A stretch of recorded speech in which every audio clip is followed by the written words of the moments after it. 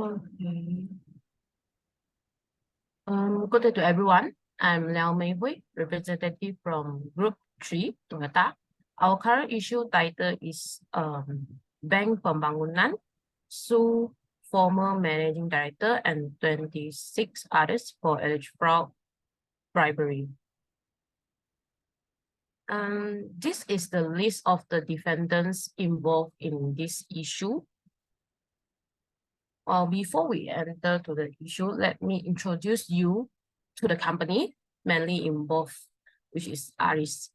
Aries' full name is Aries Telecom and Berhad, formerly known as V Telecom Berhad. It is a telecommunication company in Malaysia.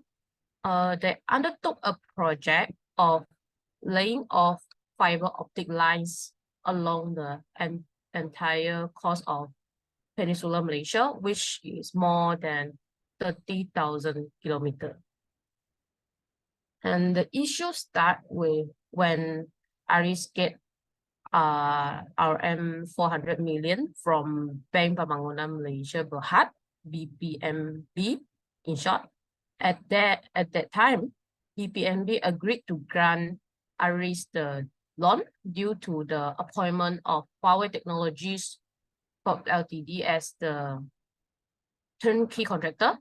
Aries has an additional RM 400 million in financing from Maybank, which show its credibility, and Aries purported payout capital of RM 501 million. And here are the main defendants involved in this case. As just now we saw that there are a long list of defendants. Our group will only present about the main defendant who involved. Defendant 30, Rajat, he is the Aries former director. Defendant 40, Adab, Aries former director and chairman, former senior corporate finance personnel. And the first defender is Zafir, former director of BBMB. In this case, Rajan bribed Zafir for RM 8 million through Ada as the middleman. The RM 8 million bribes is to waive the preceding condition of the RM 400 million loan, which are the needs of Aries to provide joint completion guarantee by Huawei China, Zavocor in the first 200 million ringgit distribution, and provide facility agreement with Maybank by Aries. Well, however, Huawei changed into panel edge on holding without the knowledge and consent of BPMB. And on July 2018, BPMB demanded Aries for full loan repayment and interest, and only that they found that the project never fully constructed.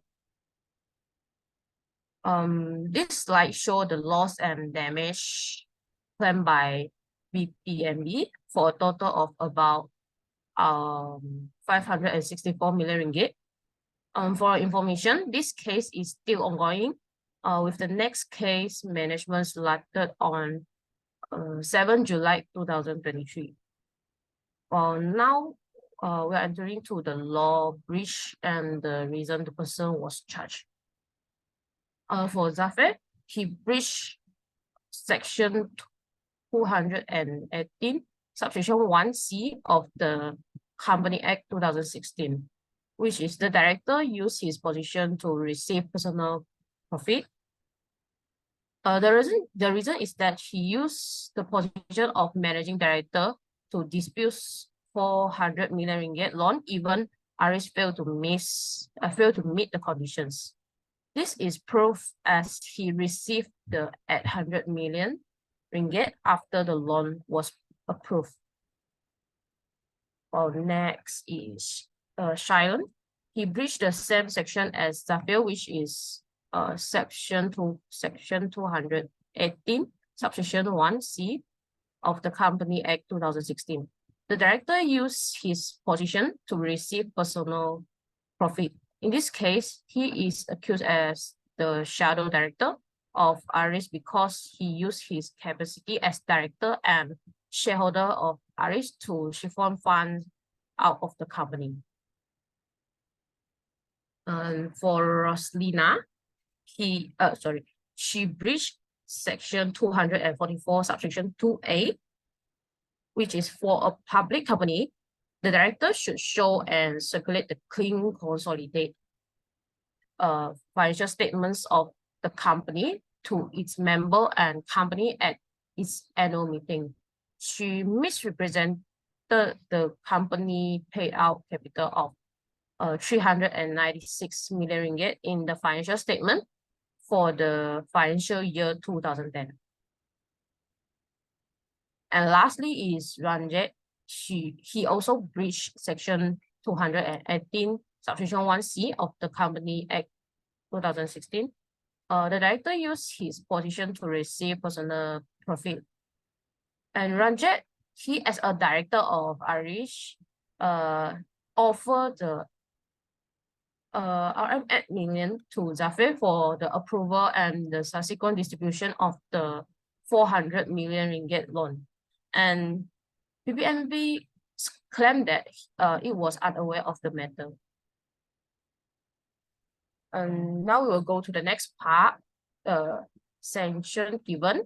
The sanction given listed here is referred to the court order only and not the final court held, as this case is haven't ended yet. The first one is the ex parte Maravesh injection, which is an asset freezing order against 23 out of 24 defendants. Besides, defendants that are companies are allowed to use only RM 20,000 per month for legal advice and representation, while defendants that are persons allowed to use not exceeding 10,000 per month for ordinary living expense and legal advice and representation. And what they should do to prevent this charge against them. First one, for Zafir, he should exercise his power for the best interest of the company, as he is the director of the company, and he also should exercise his general duty to make disclose of RM8 million secret profit by giving a notice in the in writing to the company. And the second one is Shaolin. He should exercise control over the company in good faith instead of using his capital as director or shareholder to siphon funds out of the company. And the third one is Roslina. She should ensure that the financial statement of the company are made out in according with the accounting standard and given a fair representation, and shall not manipulate the financial statement. Last one is Ranjit. He should obtain the loan in an ethical and transparent way instead of offering bribe to the director. For this part, actually the question given is what a young director or secretary should learn from this case. But since our defenders are all mainly involved director, thus we change it to what a young director could learn from this case.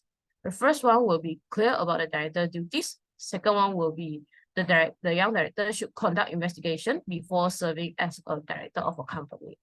We'll go to the next slide for more details. Okay, the first one, clear about director's duty. A young director should exercise their power for a proper purpose and in good faith in the best interest of the company. Exercise reasonable care, skill, and diligence with responsible knowledge, skill, and experience. They should not without a consent or approval for the company, use the property of the company, use the information he obtained when he is the director of the company, use his position and use his opportunity of use the opportunity of the company to make his personal profit. And the director also should not do business which is in competition with the company.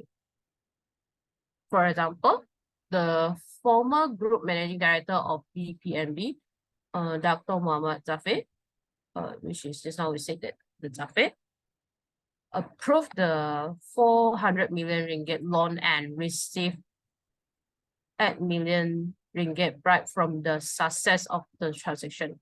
He didn't exercise his power as a director in good faith in the best interest of the company, but he acted for his personal profit, which is the 8 million ringgit, and he even helped Aries Telecom to clear all the obstacles in the way, as he removed the guarantee requested so that Aries can get the disbursement without any guarantees. And for the second one, conduct investigation before serving as a director. A young director, especially those who never been appointed as director before, should be responsible for conducting an in-depth investigation on the company before agreeing to serve as the director of the company, including the company background, reason for the former director left the company, or any affair that related to the company. From our case, we can see that all the defendants are the company involved and must be followed by the director of the company. And a director is, this shows that a director is not only responsible for the case after they hold a post, but they will also be accounted for the past event, even though they did not take the position at that time. Yeah, I think that's all from our group for the study of the current issue we selected. Thank you. Okay. Good presentation, very clear presentation. You have the clarity in your presentation, and the way you show the story is very nice, and the law as well. So thank you so much. You are awesome. Thank you, Doctor.